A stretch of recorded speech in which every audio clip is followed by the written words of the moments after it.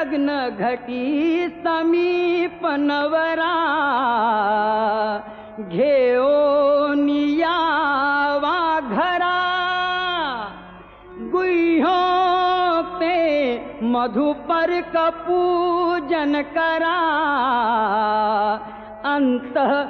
अंतःपटाते धरा दृष्टा दृष्ट वधूवरा न करणे दोघे करावी उभी वाजंत्रे